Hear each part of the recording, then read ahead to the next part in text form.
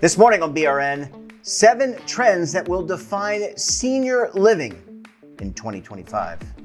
Joining me now is Dr. Michelle Holleran of DeArmond Consulting. Dr. Holleran, great to see you. Thanks for joining us in the program this morning.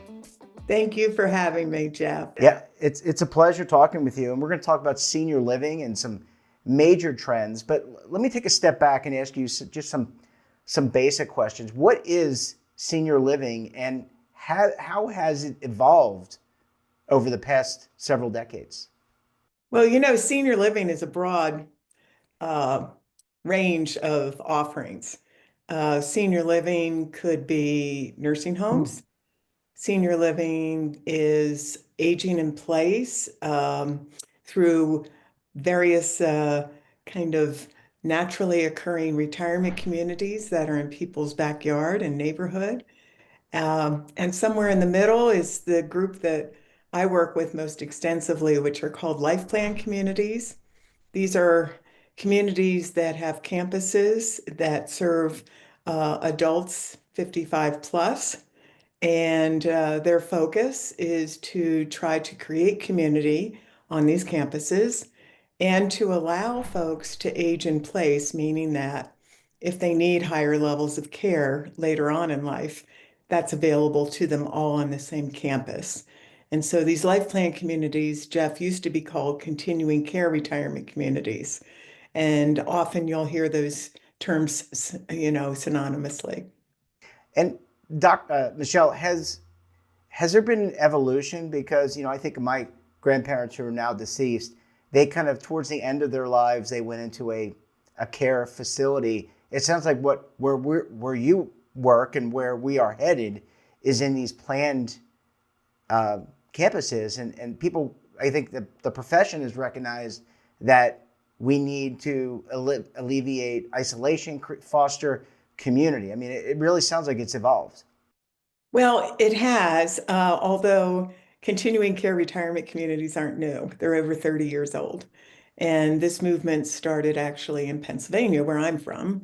And so I kind of grew up with this field. And I feel like the continuing care retirement communities or life plan communities, as they're known now, have evolved in terms of being much more person directed.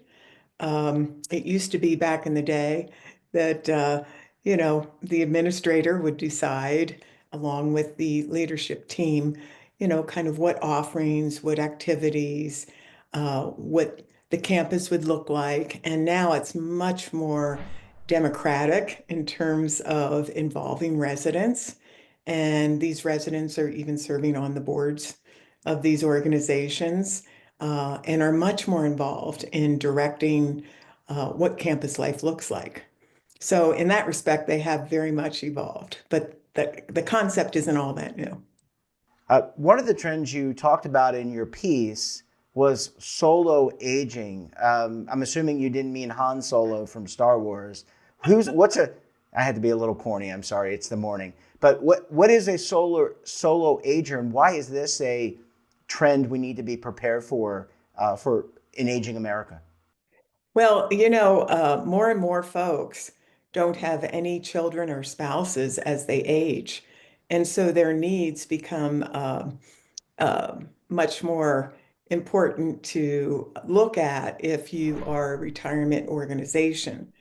They need help with financial planning, many of them, you know, um, whether you like it or not, a lot of older women have not been involved in the financial picture in Yeah. their households before their husbands have passed away. And of course, women live longer than men typically.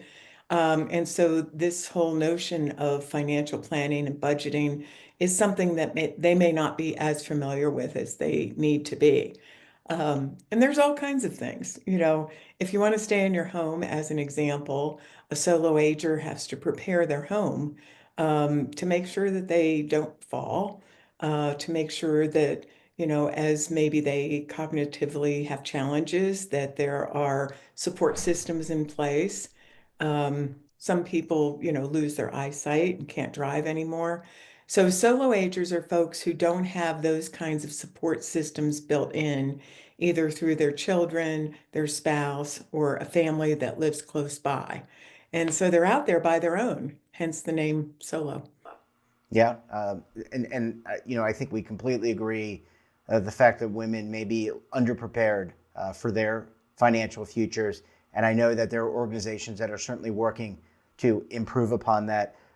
Michelle, another trend you reference is longevity and well-being. Why is this an important trend? I mean, we all want to live.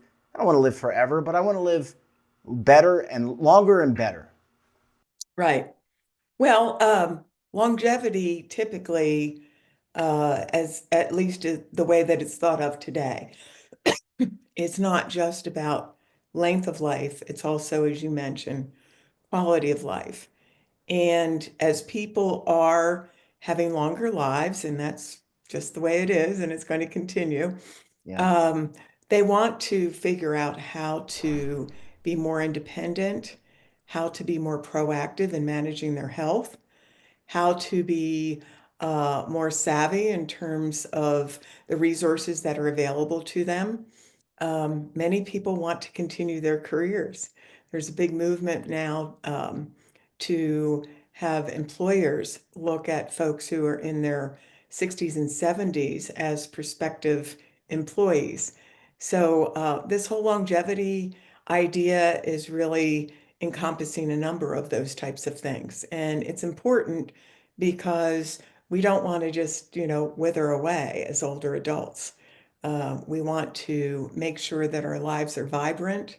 We want to make sure that we're not isolated.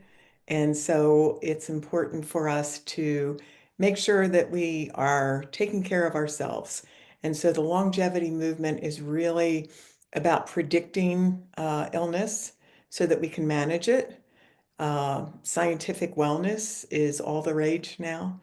And there are lots of organizations like the Buck Institute that are focused on helping people live longer, better lives and doing the research around that. Yeah, it's really, to your point, it's really defining. As I told you, I come from the retirement industry. I think retirement, the definition of retirement, what it was, sitting on a rocket chair, it's completely blown away. And I think, I actually think that's a good thing.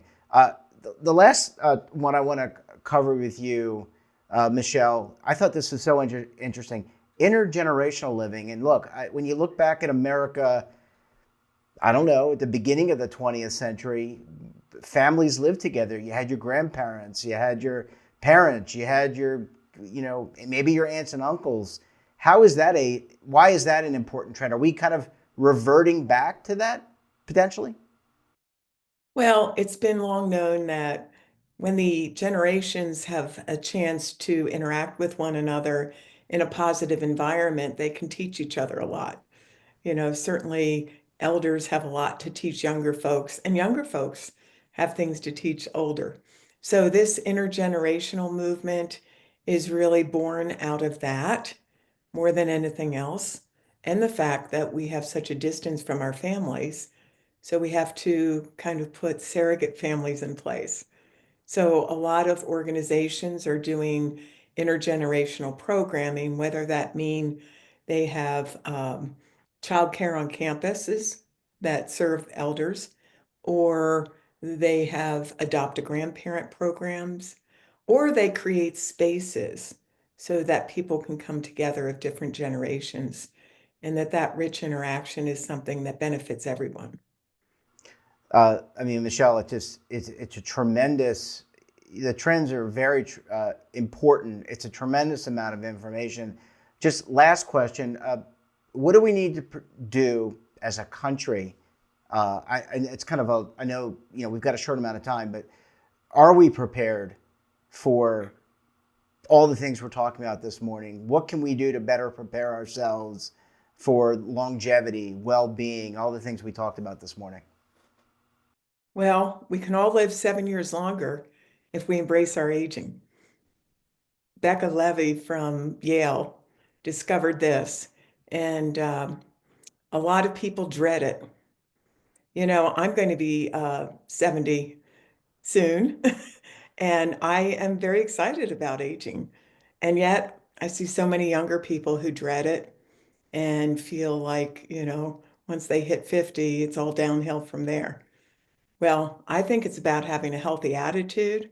Mm. And I think if each of us can embrace our own aging, that contributes to the decrease in ageism, which is so rampant in our society. So I think it starts with our attitude first. And certainly there are a lot of other things that need to be fixed. We have to deal with how we're going to finance things in the future. We have to deal with declining health and the fact that we really don't have enough caregivers for all the people who are going to need care in the future.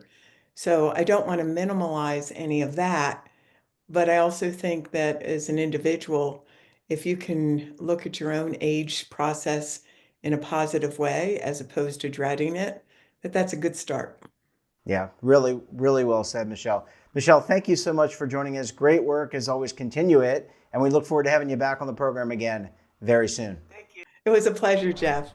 And don't forget to subscribe to our daily newsletter, The Morning Pulse, for all the news in one place. Details, of course, at our website.